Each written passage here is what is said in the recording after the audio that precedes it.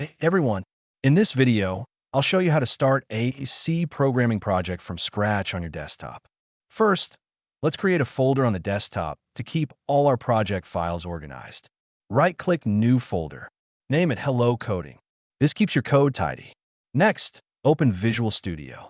Go to File Open Folder and select the folder we just created. Visual Studio will now load this folder as your project workspace. Now, let's create a new file inside this folder. Right-click on the folder New File and name it hello.c. This file will contain all our C code. Before we write code, let me explain how to run it. We'll write our program in C and then use Visual Studio to compile and run it. Also install C++ extensions and Code Runner.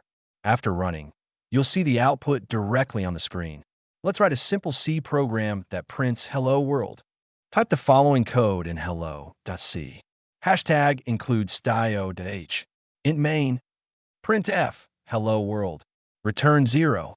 Now, click right button, you will see Run Code in top in Visual Studio. You'll see Hello World printed in the output window. Congratulations! You've successfully created and run your first C program. If you found this helpful, like this video, subscribe, and hit the bell for more coding tutorials. See you in the next video, where we'll explore more C programming concepts.